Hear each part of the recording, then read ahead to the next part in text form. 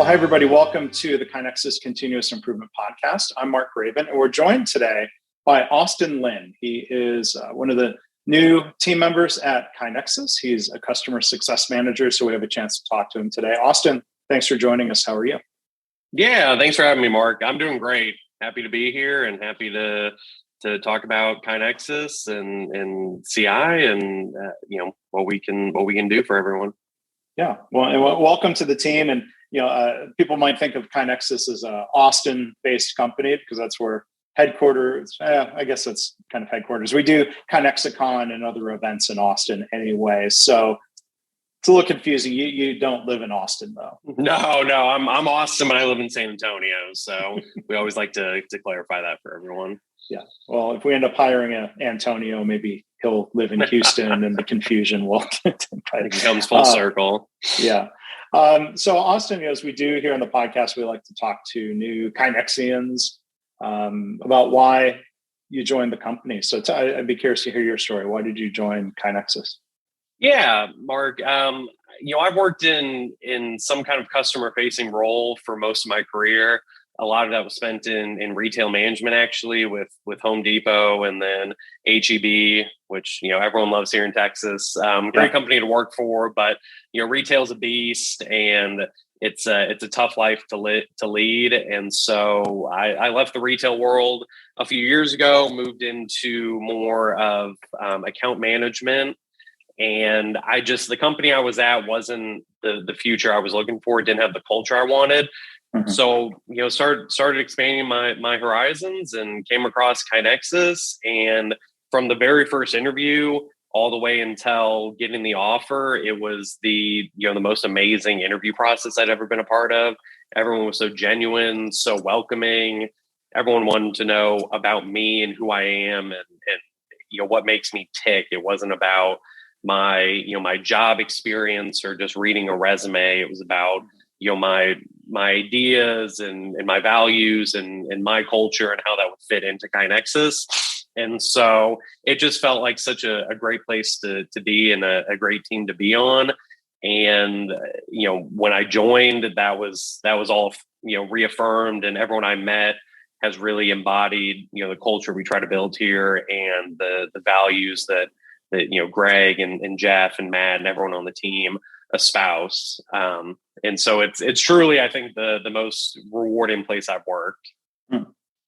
That's great to hear. And we can talk about culture. And Austin wrote a blog post on the KaiNexus customer blog. We'll link to it in the show notes. The invaluable value of culture. I mean, I'd be curious to hear more from your perspective, Austin, of why culture is so important.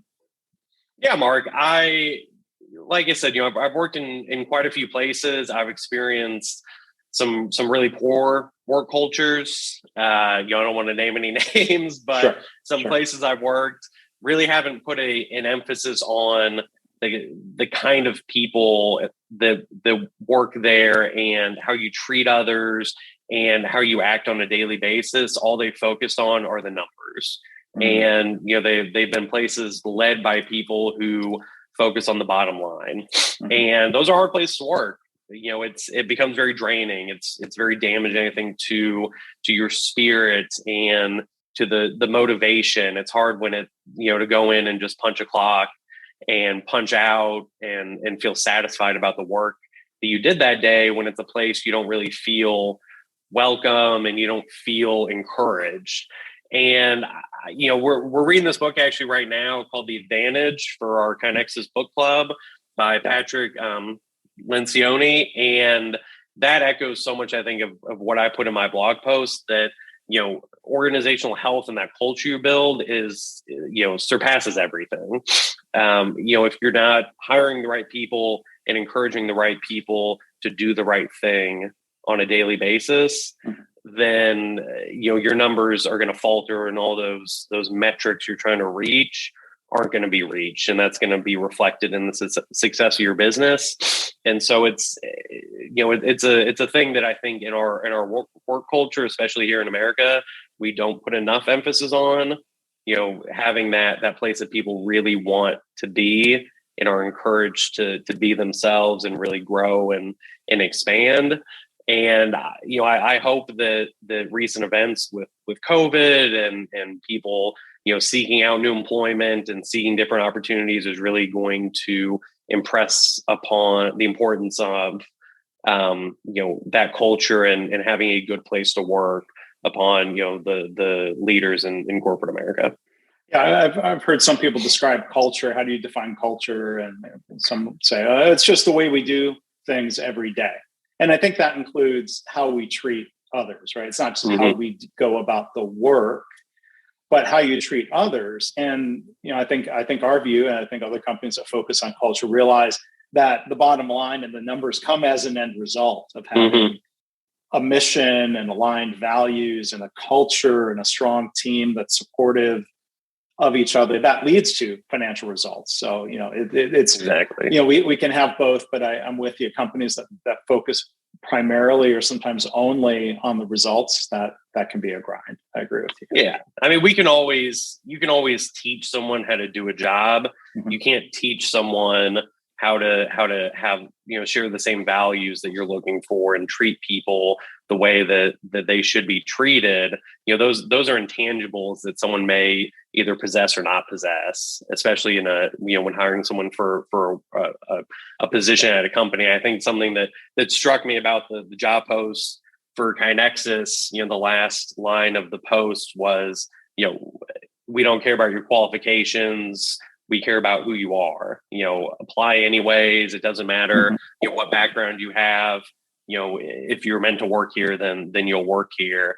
And that just rang so true to me and really stuck with me, and is actually one of the main reasons I applied for the position, because I'd never seen a job post like that. That's cool. So speaking of work, the role of a customer success manager, like some people listening are KaiNexus customers and they interact with you or one of the other customer success managers. But for those who don't know, how do you describe the role and what you do? We're the bridge between KaiNexus and the customers. We're their advocate.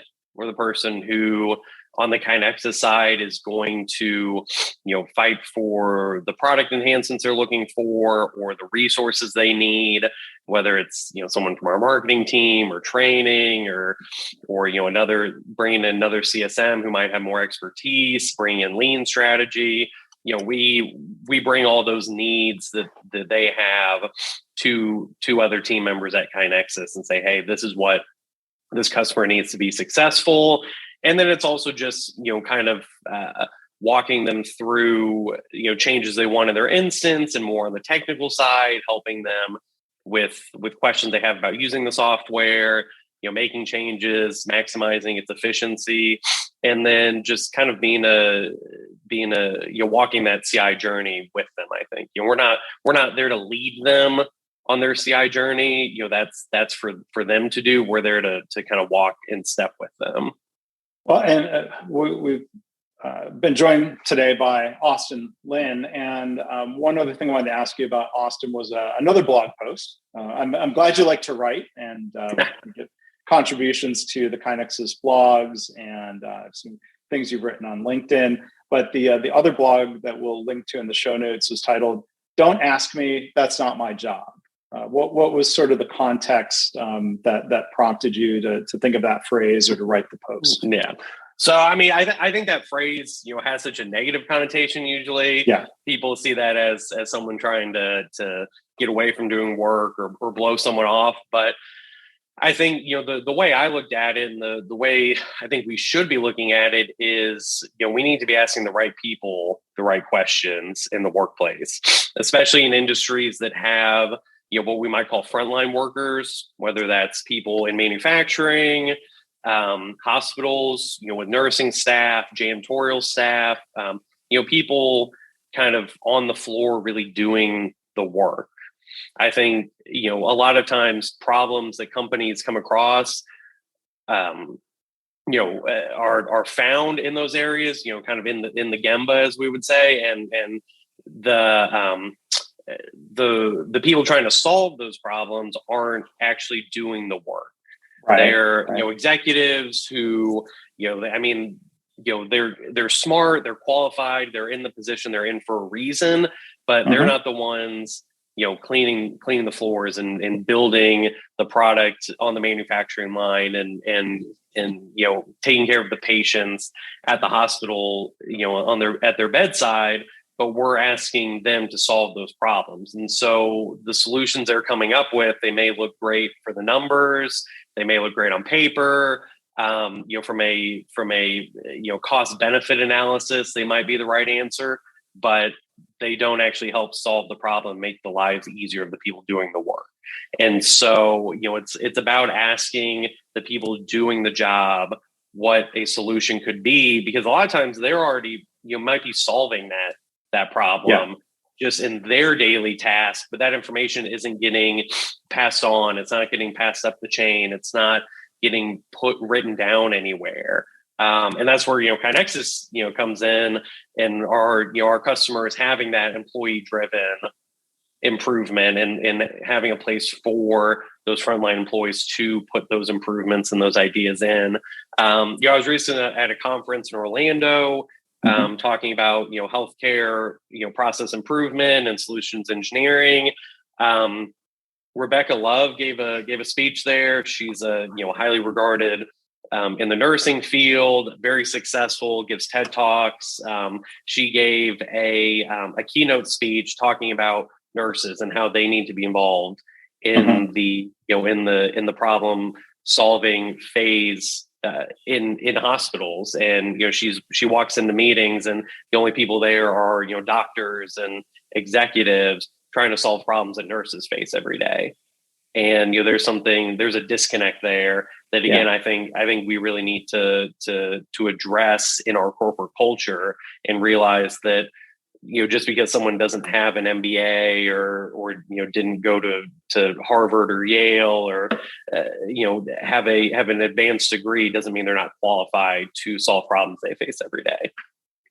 Yeah, for sure. And I love the way you sort of turn that phrase in a way upside down, or it's sort of directed and pointed in a different direction, where likewise a manager saying that's not my job doesn't mean they're shirking duties either. But I love the way you articulated, like the managers can't be coming up with quote unquote fixes in a vacuum in a conference room and then just lobbing them in the team. Like leaders have a role to play.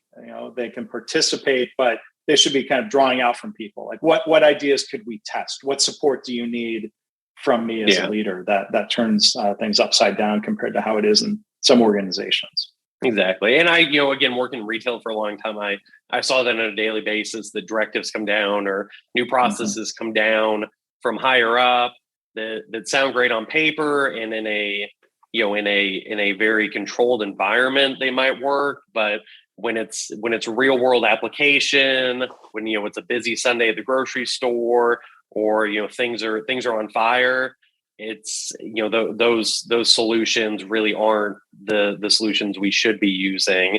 And I found so many times that the people actually doing the work had solutions already that were far and above company procedure or those directives that had been given to them. Well, and that's why KaiNexus is here to help support companies and leaders and their teams that are forming a continuous improvement culture. We try to have that ourselves within KaiNexus. And Austin, I'm glad you're bringing your interest, or I would say drive, for this into KaiNexus to help us grow and to help us build the culture. And so, welcome aboard. Thank you for joining the team, and thank you for joining us here on the podcast. Yeah, thank you.